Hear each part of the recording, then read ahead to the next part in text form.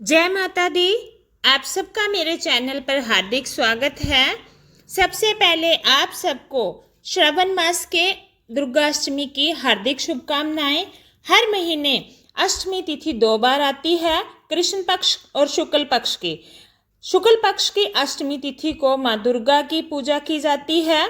शुक्ल पक्ष की अष्टमी माँ दुर्गा की पूजा को समर्पित है। श्रावण मास की दुर्गाष्टमी इस साल 1 अगस्त 2025 को मनाई जाएगी। श्रावण मास की दुर्गाष्टमी का पर्व हर साल बड़े ही उत्साह से मनाया जाता है।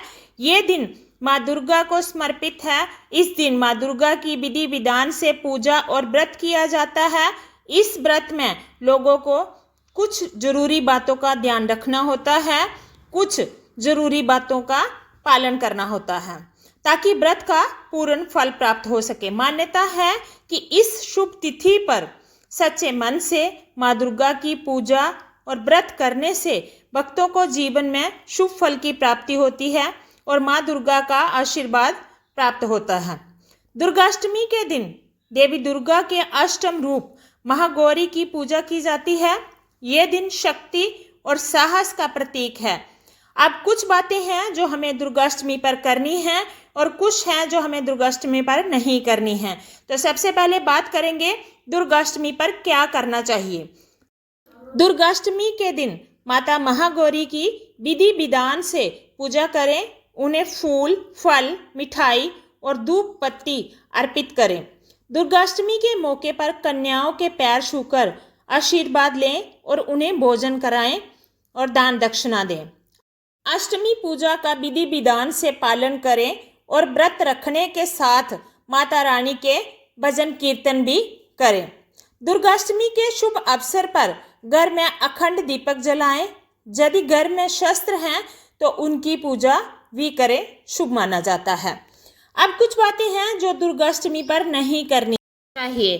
सबसे पहले दुर्गाष्टमी के दिन व्रत करने वाले लोगों को अशुद्ध भोजन से परहेज करना चाहिए।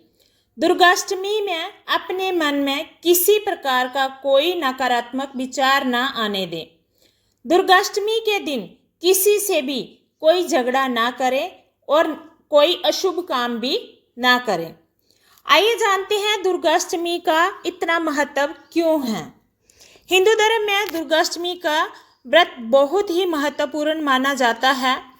ये व्रत माँ दुर्गा के 8वें स्वरूप माँ महागौरी को समर्पित है।